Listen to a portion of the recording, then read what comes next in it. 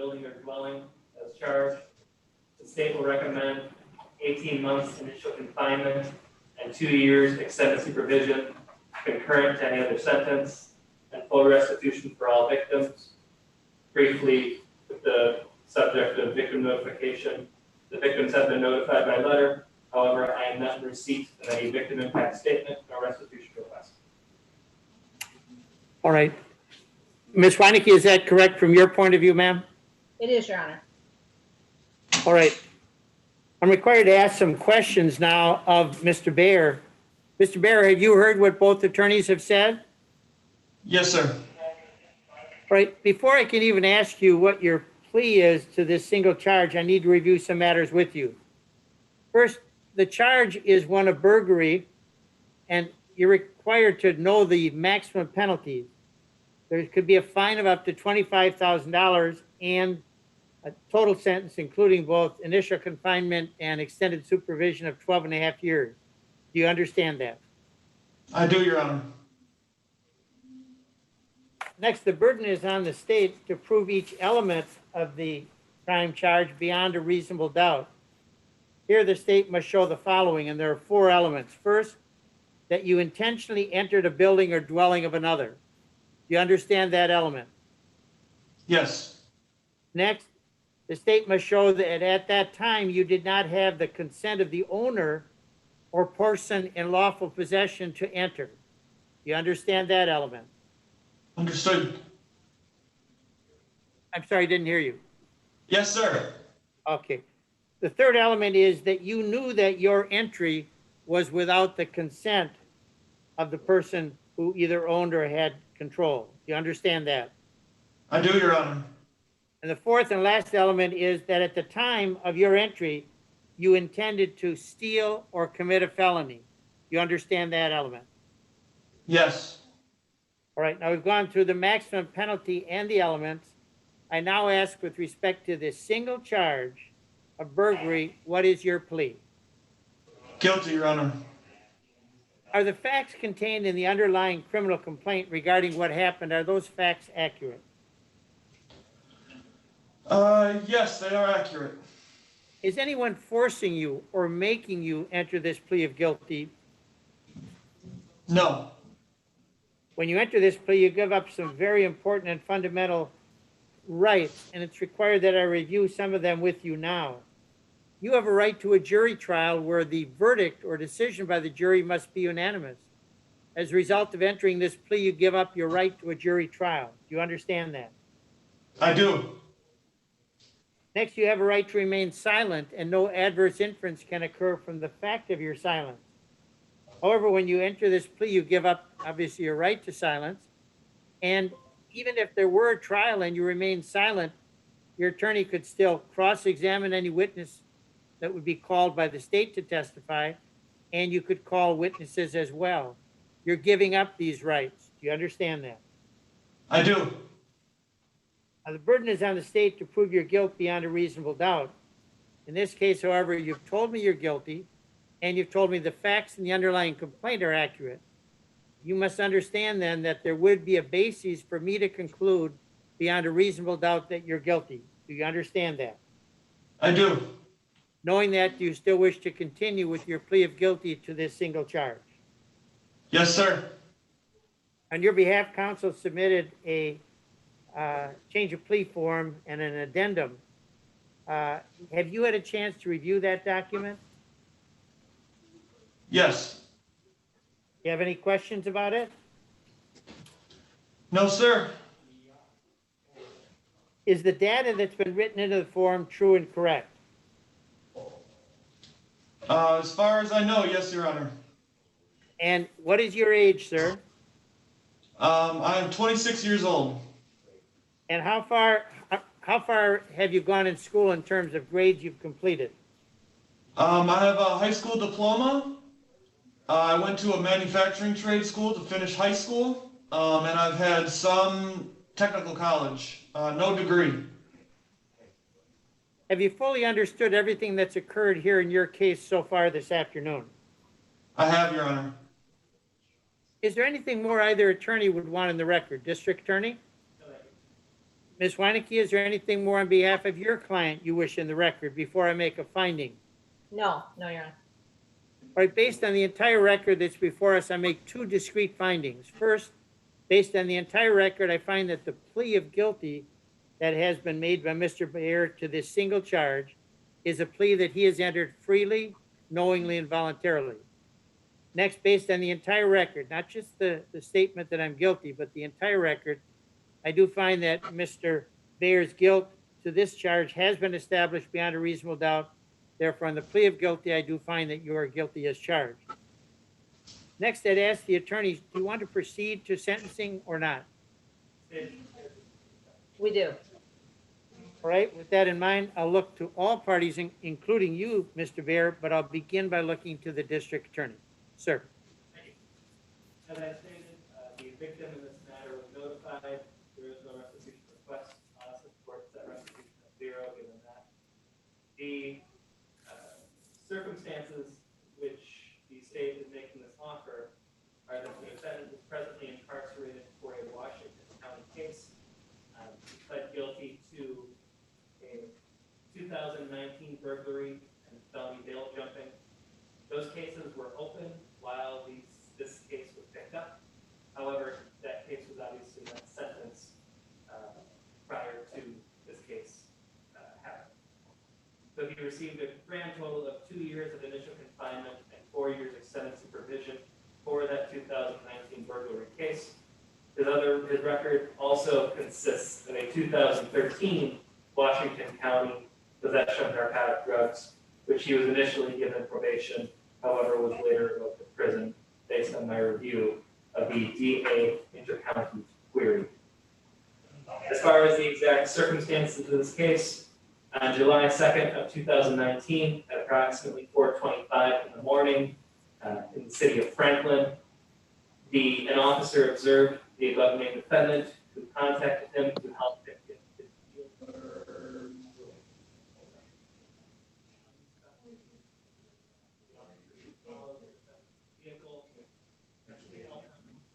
While the officer was with the defendant, it became clear that the defendant apparently had put materials from the construction site where the vehicle was stuck into the truck, given the time of day being 4:25 in the morning, given the circumstances that a wire cutter was found and numerous materials were found on the site. In fact, the defendant told everyone he was a welder. The officer became concerned that there may have been a burglary taking place, and was actually killed. This was later confirmed. The defendant did state that he was not allowed on the property. It was discovered that numerous items were taken from the construction site with the intent to steal. A substantial amount of copper wire, approximately 150 feet of copper wire, was removed from the construction site. Vehicle, in addition to other individuals who were working on the site stating that they believe their items had also been removed from where they were as well, materials and tools alike. Based on all this, Your Honor, the state recommendation currently, given the fact that he is serving another sentence and the state believes that justice can be achieved with this sentence being 18 months initial confinement and 2 years of sentence supervision being concurrent.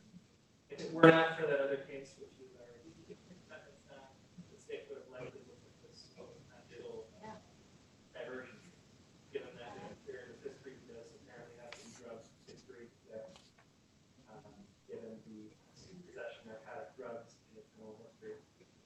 But at the end of the day, the state believes that this recommendation is appropriate, and I will ask that you follow. Counsel, thank you. Attorney Weinecke. Your Honor, Mr. Bayer is 26 years of age. As he indicated, he does have a high school diploma. He also has some technical training. He is a welder by trade. He also does roofing. And I know he takes great pride, frankly, in his abilities here. During our conversation, he discussed about how he had worked on his home and how proud he was that he had just really improved his home for not only for himself, but for his child. He has a son, a very young son, and frankly, during our discussions, I was kind of moved with just how upset he was at himself for kind of jeopardizing his life with his child. His child means, and of course, it's, everyone loves their child, but I was touched by his commitment to this son. He did have a problem with drugs, and he had been successful in maintaining sobriety for 3 years. Actually, he was sober for 3 years, and he relapsed, which is kind of the source of this crime. I think he truly is sorry. I know he's sorry for this.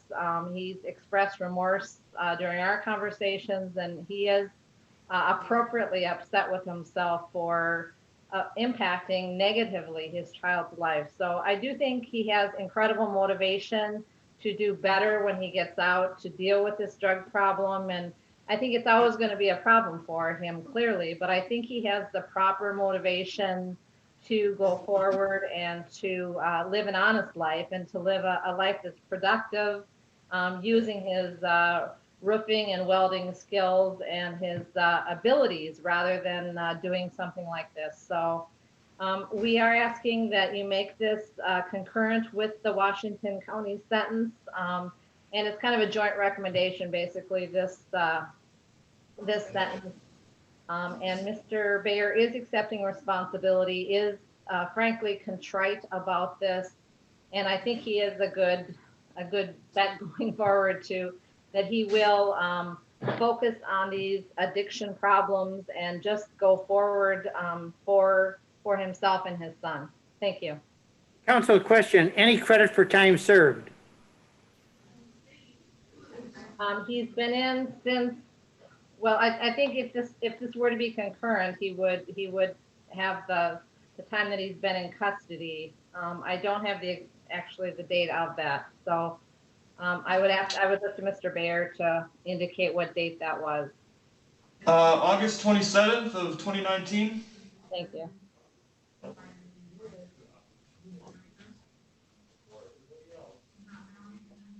With that in mind, Attorney Heineke, what is the credit for time served, ma'am? Okay. You'll be filing a form, of course. Right. I will add that up. If you want to take his statement, I'll add it up while he's talking. Oh, it makes sense. Now, Mr. Bayer, is there anything you wish to say, sir? I think my attorney Winicky summed it up really well. I made a terrible mistake, a slew of mistakes in a pretty short amount of time. Drugs and alcohol has been a problem since I was a young teenager. I've had my problems with them. I slipped up and made a number of mistakes right back to back, and I am truly sorry for the damage that I've done to my victims, the employees there, and I mean the victims of my own family are victims. They're members of my family, so I'm sorry. There's not much more to say. I mean, you've heard everything about it. It's kind of wraps it up in a nutshell. I screwed up. I have some questions of you. Are you now married? No, sir. How many children do you have in the world where you are the birth father? I have one child. And as to that child, has paternity been established? Yes. What county did that occur in? Washington. And who has custody of that child? Right now, his son's mother has custody. They live in our house. We have joint custody, seeing as I'm in here, but we both have custody and placement. Thank you. In terms of your employment, your attorney indicated you've done roofing and welding. Any other jobs? Been a machinist. I was a department lead at a manufacturing facility. I've done some assembly work. I've worked at a scrapyard for a little while. So, All right, thank you. And to the attorneys. So you're to be sentenced on burglary, again, 12 and a half years is the max, along with a potential for $25,000 fine. You're a young man, 26 years of age. Your past record involves in 2013 the possession of narcotic matter, but the matter that you're now in prison on from a different county that involved A, a burglary charge, and B, a bail jumping charge. That was for an offense in the year 2019. And then, of course, there's a matter that's before us now. You have a high school education and some trade school. You've also had some education in the fields both of welding and roofing. You're not married. You do have one child, a son. Paternity has been established, and there's joint custody in both you and the child's mother. The child is living now with mother. In terms of jobs, been roofer, a welder, a machinist, department lead, you've done some assembly work, and you worked in a scrapyard. Your demeanor in court has been very appropriate. You're a very articulate young man. You do have a past history of abuse of chemicals, and that's a matter that must be dealt with in a positive way. The offense is one that relates to property aggravated because of your past record, and you are totally culpable or responsible for that crime. The public has a right with respect to property and person to be safe, and that includes people you love and care about as well, but it includes everyone. Your rehabilitation needs are a matter that must be addressed at sentencing, and I must consider the gravity of the offense as well. Further, I must consider under the law in our state the input from the victims. Now, there isn't a specific victim witness statement as to what's to be done, but I do find here the state has complied fully with its mandate to give notice to the victims in the case.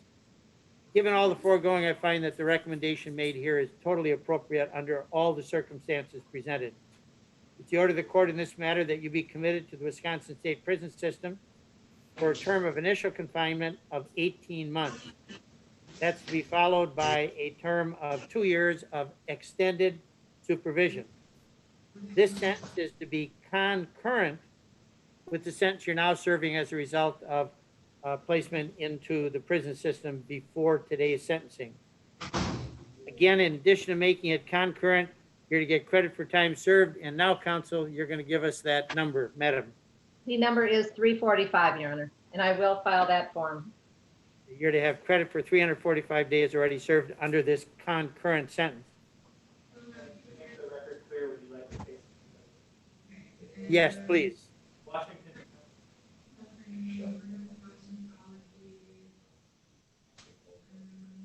142. Counsel, thank you. Restitution is set at 0, consistent with the request made earlier. No fine is imposed. There's not an ability to pay that under all the circumstances. However, the court costs that are required by law and all mandatory surcharges are in fact to be paid. Upon your release from prison, Mr. Baer, after you've been released for 60 days, that's 2 months, you're to make payments of at least $50 a month on the court costs and mandatory surcharges until paid in full. Do you understand that? yes, sir. And counseling is to occur as your agent would deem appropriate. You're not able to vote until your civil liberties have been restored. A DNA specimen is to be provided. And you may never possess a firearm ever. You understand that? I do, Your Honor. Also, you're to have no contact at all with the victim business in this particular case. Are there any other terms? I'll look to the attorneys first. Sir, is there any other term the state wishes in the extended supervision? Attorney Weinecke, again, I'm trying to follow some things you want. Are there any other conditions you want established? No, Your Honor, thank you. Mr. Baer, do you have any question about the sentence that's been imposed, sir? No, no, sir. Mr. Baer, good luck, but it won't be a matter of luck. You're going to have to make better choices. Madam Clerk. Yes. Yes, and Counsel Weinecke, will you be filing notice regarding the appeal rights, madam? I will. Okay. Thank you. But again, Mr. Bear, good luck to you, sir. Thank you. Yes, eligible for both programs under the rules of the department. Ms. Weinecke, are there any others for you today, ma'am? No, thank you. Okay, thank you for your promptly being here. Take care.